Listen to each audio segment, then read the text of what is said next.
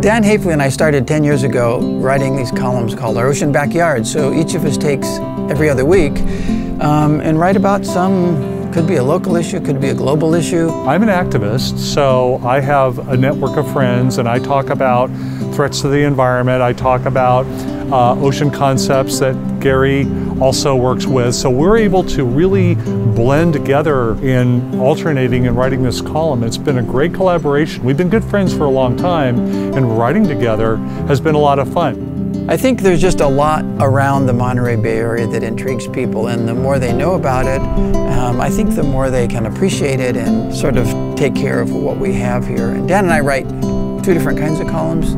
I try to do sort of science education but not advocacy, and Dan has been more of an environmental guy, so he tends to talk about maybe more environmental issues, but I think they complement each other. Gary's really incredible. I've known him for years, and he is one of the nicest people you'll ever meet. He's incredibly knowledgeable. He's an expert in climate change. He's a worldwide expert. He's one of the few people who doesn't just talk in generalities. He talks about data.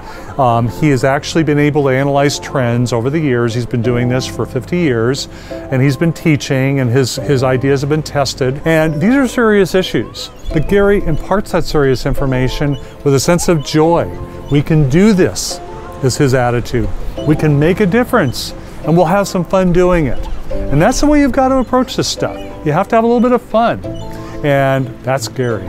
I can't think of a more perfect person to get the Legacy Award than Gary Griggs. He was head of the Long Marine Lab. He has consulted on whole hosts of issues like the river mouth right behind me. 50 years of teaching and mentoring students. My first students are now in their late 60s, which is kind of hard to believe. You know, I've had students who came in and said, you know, my mom and my dad took your class, and last year for the first time someone came in and said, you know, my grandmother took your class, and I went, oh crap.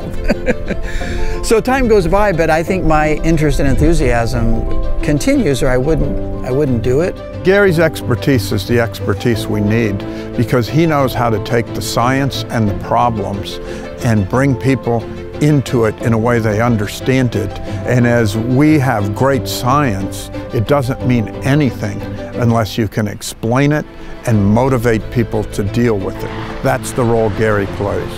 He has more to do. He's not done yet. So he's getting a Legacy Award, but he's still building his legacy, and I'm counting on that. The natural environment is what supports us. It's more important than anything else because without it, we don't have anything.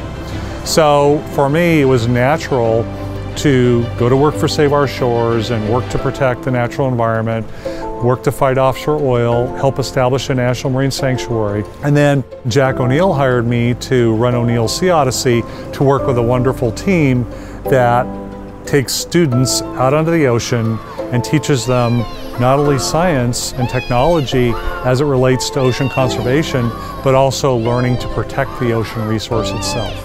We were able to step up the volume of service, so we're now serving about 5,500 students per year. When my father, Jack O'Neill, had this vision and it was in the conceptual stage, to start the Sea Odyssey, Dan was the perfect fit. He had worked with ocean conservation, he'd done so much work with nonprofits. Dan has been able to carry out my father's vision to teach the youth that the ocean is alive and we need to take care of it. What's made O'Neill's Sea Odyssey an inspirational and effective organization is the kids. A lot of kids have never been on a boat before, and here they are in a living classroom out on the sea. It's been great working with Dan. He's going to truly be missed here at the Sea Odyssey. He works so hard for what he believes in, and he's passionate about saving the ocean and educating the children.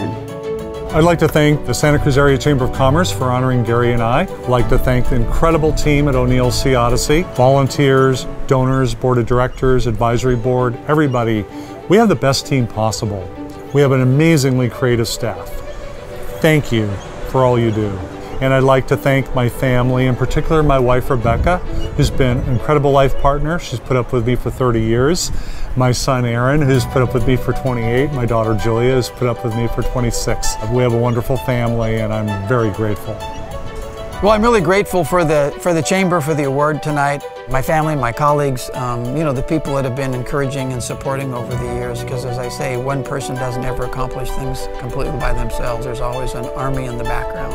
And I'm particularly grateful to my wife Deepika for all your support over the years, in addition to people like Dan and our local politicians who've been the ones that have really helped save the environment that we have to enjoy today. I'm grateful to have worked with Dan Haifley all these years on the column. Dan, it's great to be partners these 10 years doing the column, and I think the work we've done has really complemented one another. But I think your role with Save Our Shores, the Sanctuary, Sea Odyssey has been a blessing for this community. And I also thank you for accepting the award on my behalf tonight, because I'm in New York City and can't be here. It's not that I'm shy or bashful. Thank you, Dan.